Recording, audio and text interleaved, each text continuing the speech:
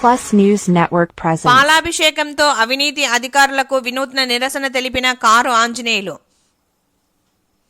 అందరూ గొప్ప వ్యక్తులకు పాలాభిషేకం చేస్తారు, కానీ ఇక్కడ విభిన్నంగా అవినీతి అధికారులకు పాలాభిషేకం చేసి వినూత్న నిరసన తెలిపారు కారు ఆంజనేయులు.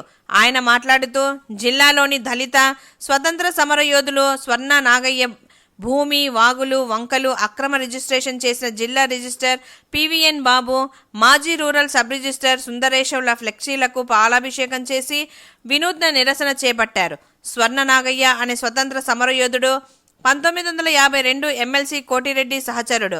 ఆయనకు ఆ సమయంలో ఎమ్మెల్సీ కోటా కింద ఇచ్చిన 5 ఎకరాల భూమిని మాజీ ఉప ముఖ్యమంత్రి అంజద్ బాషా అనుచరులు కబ్జా చేస్తే ఇప్పటి కలెక్టర్, ముందు కలెక్టర్లు ఎంతో మందికి కంప్లైంట్ చేశాం, అధికారులకు కంప్లైంట్ చేశాం, ఎక్కడా స్పందన లేదు.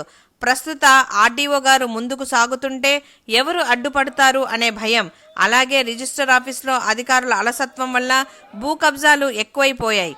ఈ ప్రభుత్వం వాటన్నిటినీ రికవరీ చేయాలని కోరుకుంటున్నాం.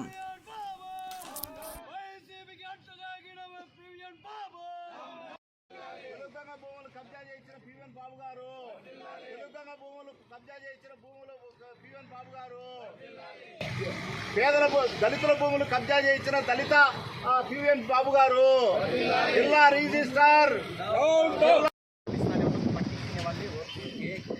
స్వర్ణ నాగయ్య గారని స్వాతంత్ర సమరయోధులు 1952లో ఎమ్మెల్సీ కోటిరెడ్డి గారి సహచరులు.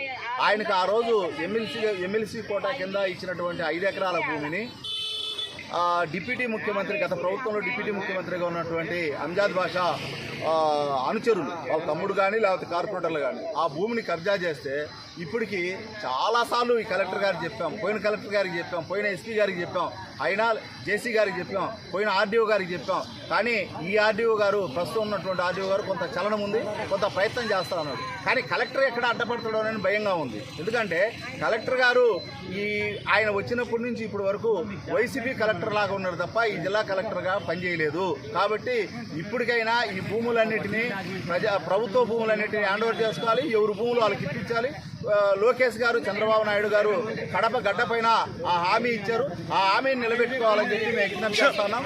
రిజిస్టర్ ఆఫీస్లో పెద్ద భూ బకాసురుడు పివిఎన్ బాబు గారు, సుందరేశన్ గారు ఇక్కడికి వచ్చారు.